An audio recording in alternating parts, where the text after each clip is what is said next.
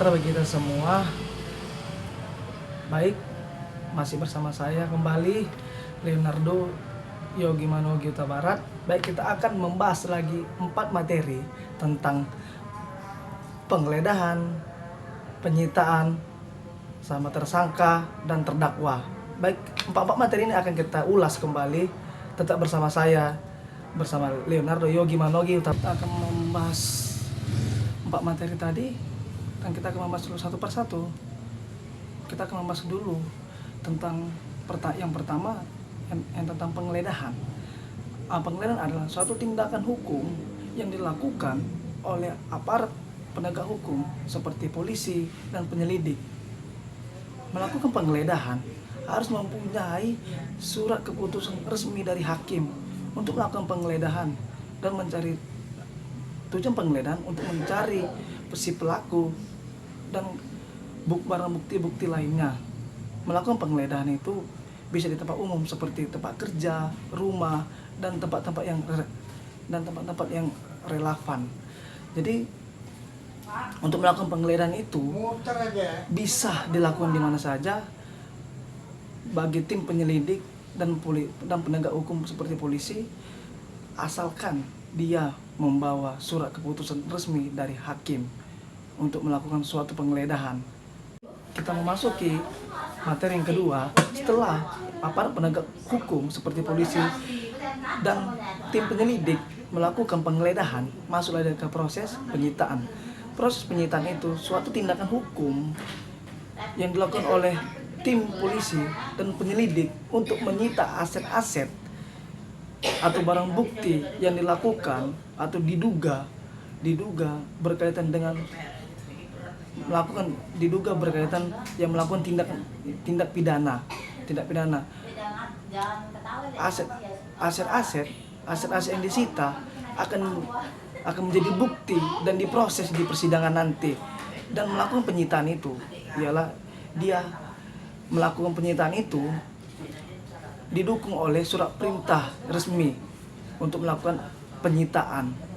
Baik, kita akan melanjuti yang teori nomor 3, yaitu tersangka. Nah, bagi seseorang yang melakukan tindak pidana akan melewati tahapan-tahapan yang saya bilang, yang saya sebuti tadi. Yang pertama seperti masa penggeledahan, 2 penyitaan. Nah, yang ketiga masuklah dia tersangka.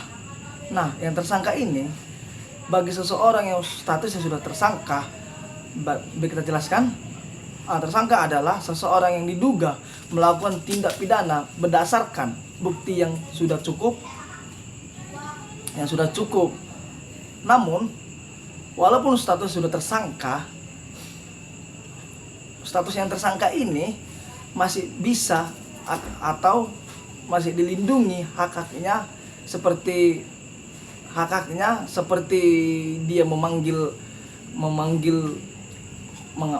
pengacaranya atau lawyer, baru bala bantuan hukum.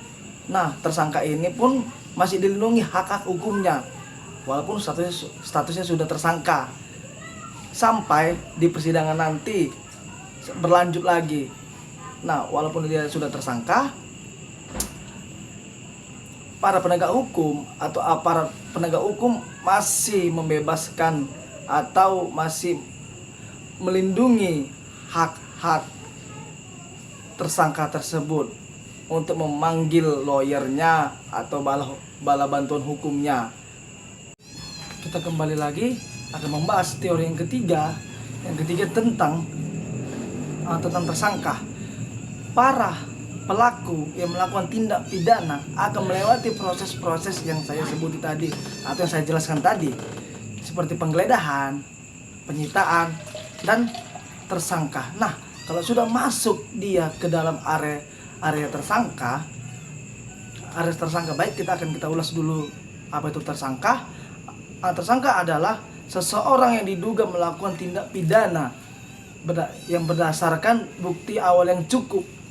Nah, walaupun dia yang tersangka ini sudah statusnya masuk tersangka yang melakukan pelanggaran tindak pidana ini, tetapi para penegak hukum baik itu polisi atau penyelidikan, masih melindungi hak-hak tersangka tersebut.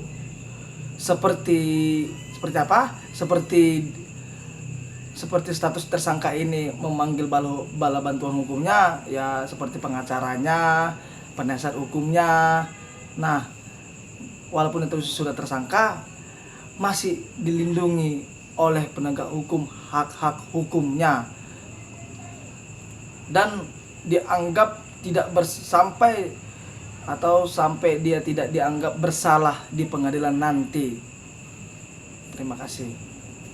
Baik, kita akan membahas materi keempat tentang terdakwa. Apa itu terdakwa? Bagi seseorang yang melakukan tindak pidana yang sudah memasuki status terdakwa, kita akan menjelaskan sedikit apa itu terdakwa. Baik, terdakwa adalah status yang diberikan kepada seseorang yang telah didakwa melakukan tindak pidana dan kasusnya sudah memasuki tahap persidangan di pengadilan. Terdakwa akan diadili berdasarkan bukti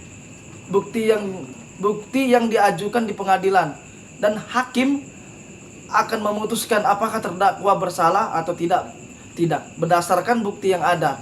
Nah, tim penyelidik, baik itu polisi dan penyelidik, akan mengumpulkan bukti-bukti yang ada dan akan menyimpan dan akan membagikan atau menunjukkan kepada hakim untuk bahan pertimbangan untuk hakim memutuskan apakah status terdakwa ini terbukti bersalah, benar-benar real bersalah atau tidak.